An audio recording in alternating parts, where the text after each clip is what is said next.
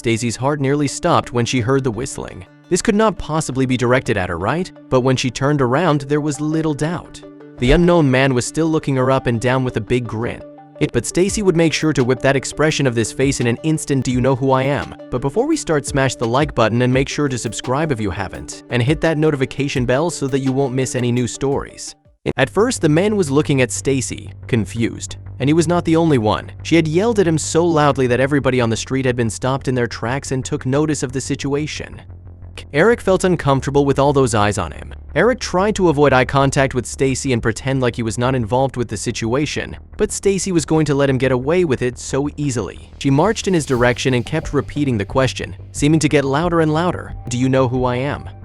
Eric had no choice but to address her now, and then he suddenly saw it. Gary. Eric's eyes started going wide as he started to realize who he was actually dealing with. This was not just any ordinary pretty woman walking the streets. He started looking around now, nearly panicking, and quickly spotted what he feared for. From multiple directions, men in suits were starting to appear, and it was clear that they were coming toward him and Stacy.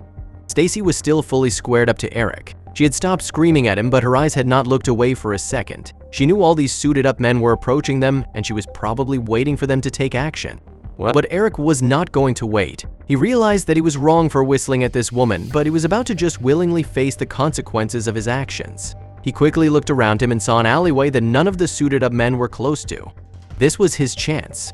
Eric had a bit of a head start and he was going to use it. The alleyway had many different routes to take, and it did not tackle long before Eric was confident that he lost the suits chasing him. But to be absolutely sure, he dove into a big trash can and hid out there for nearly an hour. Eric only came out when he knew the man was most likely long gone. He did not want to take any risk here.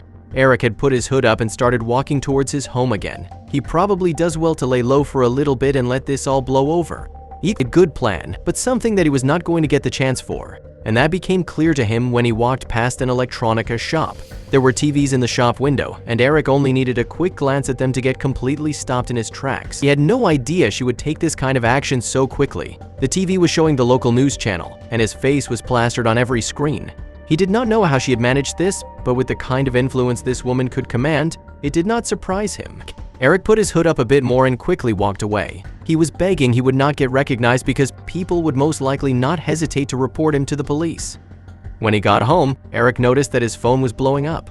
Clearly, his friends and family had also seen the wanted message on the news and wanted to know what the hell he had done. What they imagined was probably a lot worse than the truth, but he was still afraid to tell them. If people reported who he was to the woman, she would probably send those suited up men after him again.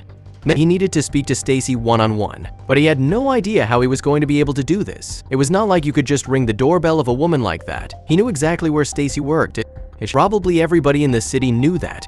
So maybe he could get an appointment with her if he came up with a very good excuse. And Eric came up with the plan that he wanted to pitch a potentially very lucrative idea to Stacy, but that he could not elaborate much over the phone as he did not want them to claim the idea as their own.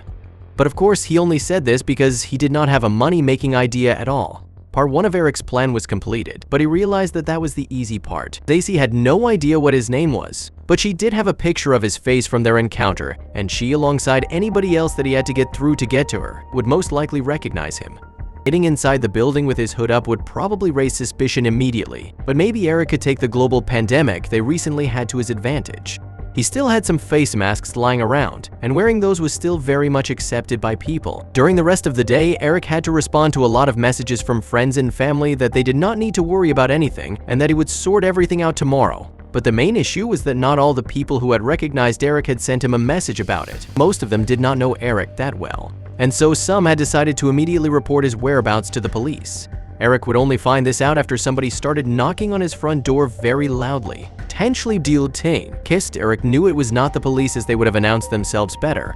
He got a quick peek through his check hole and immediately recognized the suits. These people were with Stacy. There was no doubt about that. Telling the police were probably ordered to immediately pass this information on to Stacy's or her assistants. Whatever the case may be, Eric knew he needed to get out of her.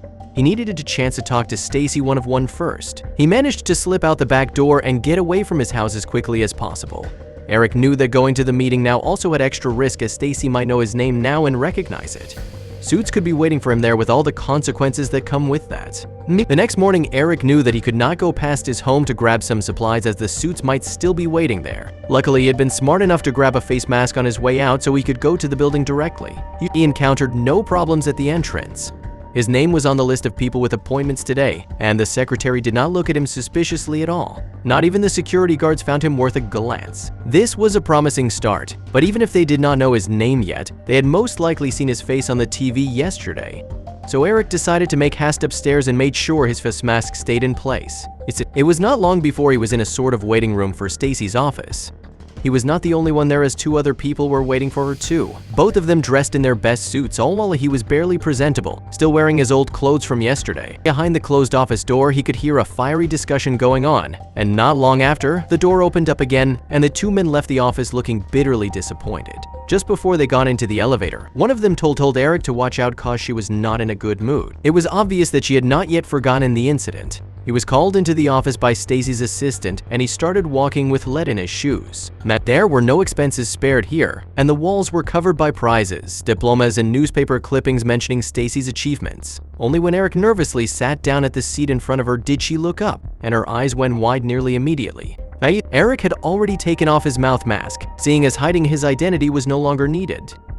Everybody around here knew Stacy as one of the most brilliant and ruthless businesswomen there was, which for philanthropy had nearly single-handedly lifted the city out of poverty with her investments in local businesses. But besides all these great things she did, people were also very aware that this was not a woman you should cross in any way. Before Stacy got a chance to call in her security to handle Eric, he begged and pleaded for a chance to explain himself and ask for forgiveness. He knew that he had made a mistake, not in the fact that he whistled at her, but in the fact that he whistled in the first place. It did not matter who the recipient was of his whistling because, in all instances, it was a case of showing disrespect, the case of only seeing a woman's appearance and not everything else she had to offer, and something in which he now saw the error of his ways. Eric could admit that this was not the first time he had done this, but he assured Stacy that it was the last time he would ever do this, and if there was anything he could do to make it up to her, that he would not hesitate to do it. And eventually they came to the conclusion that if Eric started volunteering at a female help shelter for a couple of months, then Stacy would stop her crusade against him.